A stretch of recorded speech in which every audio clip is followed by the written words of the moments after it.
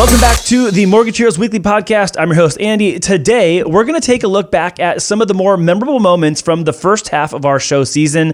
This year has definitely had a lot of ups and downs with the Fed, the economy, bank failures, buyer's resurgence, among other things. So we hope that you enjoy this mid-year check-in recap show. First up from episode 11, Reverse Mortgages to the Rescue, Memo tells a story that Andy and Brian have never heard about. His grandfather had a food truck called La Vaca, which is cow, and a paid-off house. What was that all about? You bringing it up, it just reminds me, like, my grandfather and my grandmother, my grandfather worked. Like, he worked. He had this truck where he would sell produce.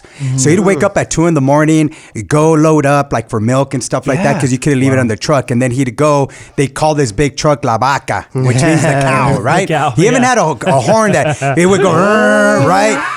So, seriously, he'd go to a corner, people already knew, like, he's there, so they'd come. It's kind of like the ice cream man, right? When they come and they hear this thing, here comes the ice cream man. But in my case, here comes the vaca, here comes the cow to sell produce. Like groceries, right? Like tortillas, he would sell all that stuff. So we would wake up at 2 a.m, just to go load up.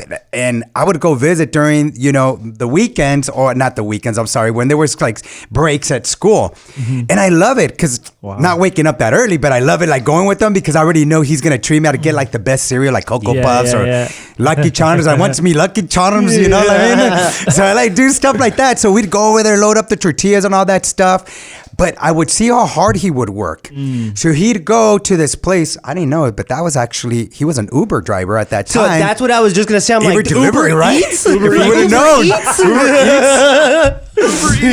Or he was Amazon already, right? He was Amazon delivering, you know what I mean? Like, that's pretty crazy. But we would see this and thinking back, I would never see him travel. Ever, right? He was just work because he would do that Monday through Sunday. Sometimes he'd go to like my dad and my uncles, they play in a soccer team, so he'd go watch them. And that would, as far as they go, but he had to make it quick because he had to go pick up the vaca. Right? The vaca's got to go back home, so we got to go reload and do the same thing over. So long story short, his house was paid off. His house was paid off. 2-bedroom house, 1 bathroom. Right? He did one of those patio covers so that we could all sleep in there. The garage was a 1-car garage. We had like 5 beds. We would break the beds because we'd jump on these things, right? ADU back in the day. We did. It was an ADU, right? But they didn't know leveraging, They didn't know the word leverage to utilize their home so that maybe they could have taken that time off. Maybe they could have gone out there and visit, this beautiful world. Instead, we're a small little speck in LA. So you bringing it up, it just brought me to that. So I appreciate that. Crazy. Of course. And I want to share that. All these years I've never heard, I just never knew that. That's amazing. Yeah, I know, me too. I was like, wow. Yeah, full really of stories. Cool. And next up from episode 12, Bank Failure, we have to talk about this. We discussed the Silicon Valley Bank failure, who's to blame, plus Andy and Brian got into a little argument. And here's the thing that's also a little bit, here's the other thing that's a little bit startling about that is that until it happened, it's almost like no one knew it was going to happen. It was like, it just, boom, it happened. Almost like a light went off, like that fast, it just happened. It's true. You know what? You mentioning that. It was like literally out of nowhere. Big headline. Right. Everything's going to crash. Did you see anything where like there was nothing in the horizon? Like, nothing like Everglade, right? Like we knew Everglade. Evergrande. Didn't SVB CEO just go on a run, getting a whole bunch of awards and a whole bunch of stuff, and then 7 months or 7 weeks after he got promoted to CEO later. But also one of their risk management, they were without risk management for like over 8 months. Vacant for like 8 months, So that means the risk hide. That's everybody's cool. Everybody know how to manage risk. I think that's the part that's a little. I hate the best word I can. But you can't blame it on that, because obviously this is can you? I'm going to argue that. Can you? Well, okay, so then that means that sole person or that sole department was just sole responsibility was to make sure that they mitigate risk. Okay, let me ask you a question. So if for 8 months I didn't show up and do my work, would anyone else here at Mortgage Heroes finally raise their hand and go, "Hey guys, this might be a problem. Andy's not here, and we have no one doing our media, and no one doing our business development." Well, when you put it in that way, I think it'd be like easy. Okay. Yeah. Guys, so at some point, guys, as a manager, a supervisor, a board of directors, you have to go, wait a minute, this is a key position at our institution, and this person is missing. This job is going unfulfilled. So in this case, it's risk. But I'm saying if I was missing, that's why that person is hired for that position, is to help us understand and have an overview as we move forward where we're at. Thank you, Andy. Now I know for a fact we can't let you go for no. Thank you for. Wow, you're good. Reverse psychology. I have to admit, we have to scratch that conversation yesterday's. What I have to admit is what you're asking is a valid question. Yeah. Is like, is it really that person's fault? No, it's actually not just only one person's fault. It's many people's fault. Yeah, of course. Because if we let that happen here at our company and we go, oh, there's this huge, massive void that causes risk to our business and we don't address it, well, as leaders and owners of our own company here, we are responsible for that. And that's, where I was going with it, where it's like, obviously, headlines and everything says, oh, we didn't have a risk mitigator. Well, okay. Well, you still have a whole company. You still have a CEO. You still have this person. You still got that person. Like, how I don't think that's a valid answer. Jumping over to episode 18, better credit now costs more? We had the difficult task of explaining Fannie Mae and Freddie Mac's loan level price adjustments, trying to wrap our heads around it, asking and answering how is it that we are now charging responsible people with higher credit more while unequally applying a benefit to those who have not been as credit disciplined. Yeah, if the sarcasm isn't thick enough yet, guys, no one here at this table is happy about this, and so we're going to talk about it today. Yeah. We have to. Again, this is another thing where we have to let's talk about what's actually happening. This is not good for most people, but we have to at least address it. Let's discuss it. Let's talk about some opinions and perspective. Who wants to start with what is it? Jeez, LLPA. What does that acronym stand for there, Brian? Loan level price adjustments. Jesus, that's right. So, loan level price adjustments are coming, everyone. Actually, no, they already took effect on May 1st. Yeah. Shoot. Yeah, so we're already a couple days into it. Loan level price adjustments are basically price adjustments to deliver the loans to Fannie and Freddie that are imposed on borrowers. The banks do not absorb these fees. That's the first thing you need to know, is these price adjustments will adversely affect people with better credit as of May 1st, just a few days ago. Essentially, what's going to happen is that if you have good credit and you have a sizable down payment, you're actually going to get, a lot higher fees to be able to, get your mortgage. That's correct. Opposed to those that have low credit, minimal funds for the down payment, it looks like they're getting a discount. Yep. So I'm excited to get into that. So now let's be clear that every single loan that gets delivered to Fannie Mae or Freddie Mac does come with fees. So this isn't like, absolutely, some people are paying fees and some people are not. It's not like that. It's just that they recalibrated the chart based on credit score and down payment amount. That's right. So if you have a higher than 680 credit score, the fee to deliver your loan is now higher than it was. And if you have a 680 credit score or below, the fee to deliver your loan is now lower than it used to be. So an article that I read said under the revised LLPA pricing structure, a home buyer with 740 FICO credit score and a 15 to 20% will face a 1% surcharge, which is an increase of maybe 0.75%. Wait, what was the credit score you said? 720? 740. 740, okay. With 15 to 20%. And that's crazy. They're going to face a 1% surcharge that will increase 7.5% compared to 2.5%, which what it was before. Wow. Yeah. Oh, yeah. I see what you're saying. So from a 0.25% to 1% fee. That's crazy. Yeah. So let's get this clear. 15 to 20% down with a 740 credit score. It used to be a charge to deliver the loan to Fannie Freddie. The charge was 0.25%. Now the charge is 1%. Yes. So when absorbed into a mortgage, it's slightly less than a 0.25 percentage point, and then on a $400,000. But is that on average? That's the average, isn't it? Yeah, more or less. And this is based off the information I got from that article on the New York Post. But on a $400,000 loan, 6% origination rate, the buyer can expect their payment to rise by 40%. Yeah, I'm looking at this. $40. I'm sorry, I was going to say $40. I'm looking at this right now. Even at a 700 credit score, the fee that was 1% is now at 1.5%. Yeah, so it's 1.5. That 1.5. Now, comparatively, let's say, okay, let's go to 640. So at 640, someone had at a 640 credit score and 15 to 20% down, it was a 3.25% cost to deliver that loan. Yes. 3.25%. That has now been reduced to 2.5%. So that is a 75 basis points for the better. Yes. For a 640 credit score. Okay, so this took Are we effect reverse May 1st. engineering this? This is crazy. I've seen nothing but people livid about this. Is there other stuff out there that I'm missing, or are you guys just seeing the same? Everyone's just mad. It's just, I don't know if I want to say mad. This is just disappointing, right? Okay, yeah. Are we really going in the right direction here? With everything else that just keeps going up, like our gas, our utility bills, and all that stuff, do we keep adding to this? Are we trying to discourage people to do these things? I mean, we're encouraging the people with the lower credit scores and discouraging the people that, hey, you know what? I'm paying my stuff on time. My credit matters, right? And so therefore, I get penalized for that. It kind of makes you feel in that disappointment. That's crazy. It's just...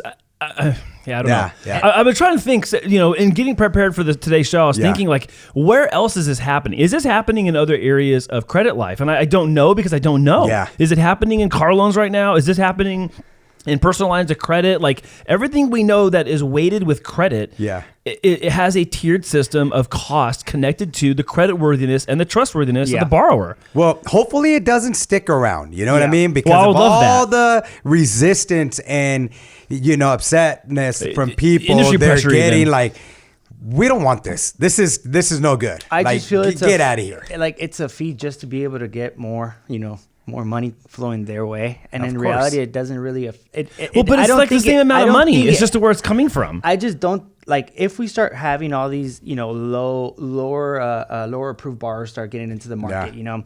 They already show that they have a bad history of being, responsible with their finances. So it's like setting them up for failure if they don't already have the habits behind, what they got to do in order to keep that house, right? So you're rewarding them for paying their bills not on time, and people that strive their whole life to get a perfect credit profile, to work on their finances and help their family get to a better position. You're telling me that they just did that for, just to help the people that don't. Now, I could see where on the lower credit tiers you reduce the fee to help people have a lower cost of home acquisition and home ownership. I understand that. Yeah. What I don't understand is taking that reduced fee on the lower end of the credit scale and tacking that on to the higher end of the credit scale. That does not make sense to me. So I guess the way I'm just describing this is I'm one-sided about it is, go ahead and give people that may have lower credit score a reduced cost to have their mortgage delivered to Fannie Freddie. Fine. Yeah.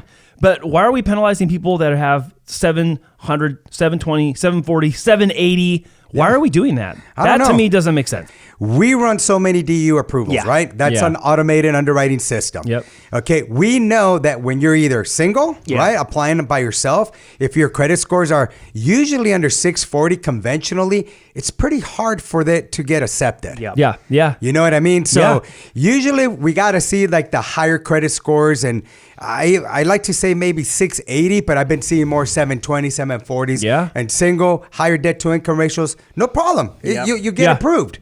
Where I've seen 640, low debt to income ratios, and it denies it. It doesn't like it. Wow.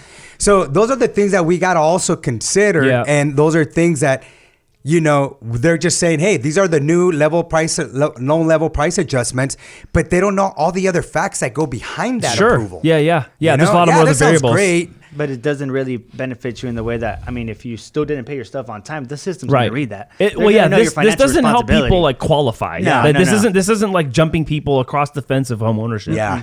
It's like we got to give the true facts here. Yeah. And that's why I like doing this, because we understand the back end of it. Yeah. Where the consumer doesn't understand the back of it. And they're like, well, wait a minute. It says that if I have a 640, I benefit. Yeah. Well, you have to get approved first, too. Yeah. You know what I mean? Yeah. And the AUS system has to approve you. Yeah. Right? Once we get that approval, what that means is this loan gets sold off in the secondary market. Without that, it doesn't matter. It's all for naught. And then the rates aren't as favorable. Nope. So let's just consider that as well. Right. And even though the cost of delivered is cheaper, the rate's still not going to be in your favor. Exactly. Yeah.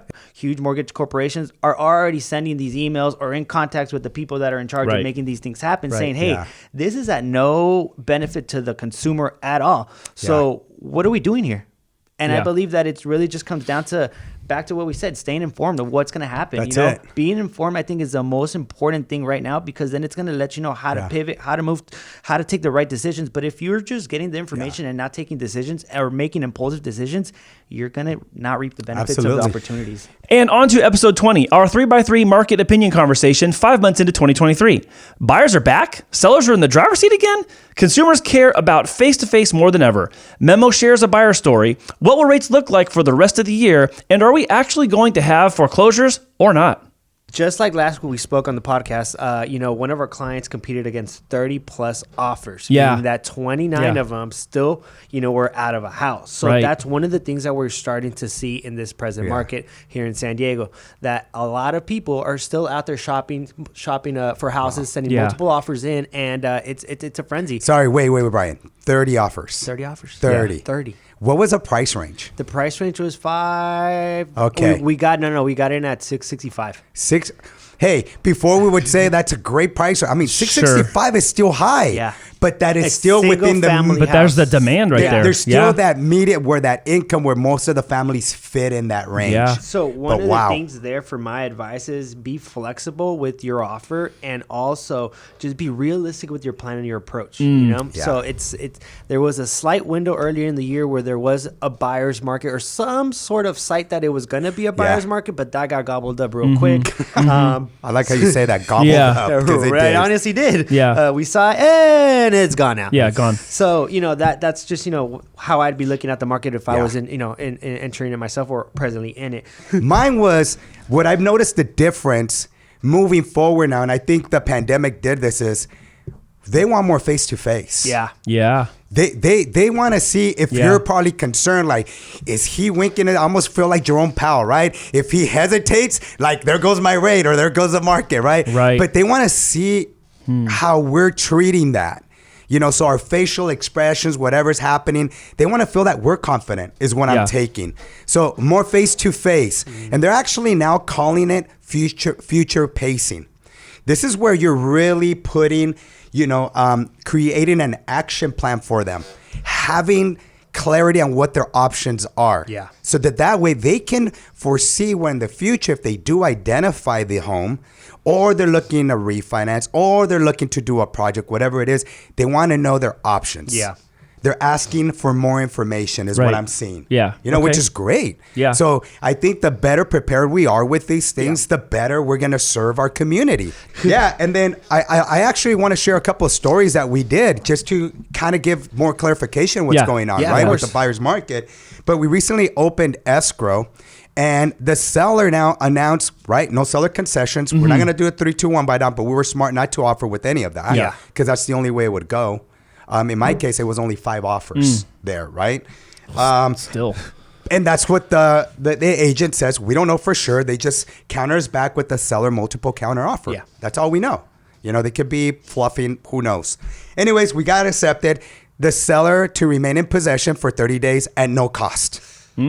Oh, wow. We used to see that back in the day. Yeah. Now it's coming back, Wow. right? We have another one where client gets an escrow for $1 million, and this is a close, almost family. I can say that. Yeah. It's family, right? Yeah. $1 million purchase, goes in, does his home inspection, because that's what your due diligence is as a buyer. Do your home inspection. This is the time to negotiate whatever repairs, or for you to just say, this is not my property. Yeah. Right? Goes in there, HVAC, comes back, it's donezo, right? Even though the house was built back in 2004. AC unit, also, they just used it to its max and had other repairs. It was about total repairs, $19,000. Seller comes back, no credit, sold as is. We already have other buyers lined up. This is $1 million house, guys. Whoa. Let's take pride of ownership here, right? Wow. So no credits, no nothing. We probably would have been happy with just give us something, 5,000 or I don't know. Yeah. Throw us a loan here. Something, But guys, they're willing to pull out, put the house back so on they the didn't market. have to move at all. Let's see if we can just get more. I'll call the other person that submitted an offer. Those are the things we're seeing. Those are the facts. Buyer resurgence in San Diego dovetails in the second thing, which is rates are going sideways. So the term sideways refers to it like if you look left to right on a graph chart, and every single day there's a dot where the rate was that day at closing, it's just going left and right. It's just going to the right. It's not going like really far up, really far down, really far up. Like, yes, there's some whiplash effects connected to the Fed or certain things economically happening, but in general, rates are sideways within a range of like a quarter to a half, which sounds like a lot, but think of that in the context of where we're at now. We're in the sixes. Okay, so we're talking about 6.25 to 6.5 or 6.75. That's with still dramatically higher than 2.25 or 3 or 3.5. So a quarter to a half point change in this kind of environment that might normally be considered a little volatile, this is kind of normal. This is just what it's at. This is what I'm seeing. And I'm watching it every day as certain things are influencing that rate. And look, the Fed not buying mortgage-backed securities is a big part of this. What they have to do to fight the economy, specifically inflation, specifically unemployment, that has a lot to do with this. So I think rates are going to go for the rest of the year sideways. I really do. I don't see any case for them to go really, really high or honestly really low. There's really there's no backstop outside of the market operating on its own devices that's coming in to force rates artificially or on purpose lower. That's number 2. Number 3 is I think that mass foreclosures are going to be avoided because people have equity. So this idea that I keep seeing, and I understand the argument from the data and the graph perspective where people are saying, oh, there's going to be unemployment and there's going to be mass foreclosures. Well, okay, so even if there are millions of people that go unemployed, first of all, only a certain part of them are homeowners. Some of them are renters already. And then of that segment, a lot of them, if they bought their house anytime before 2022, it has equity. Oh, a ton. So it has a ton of equity. And I don't think that all those are going to go down the line of foreclosure.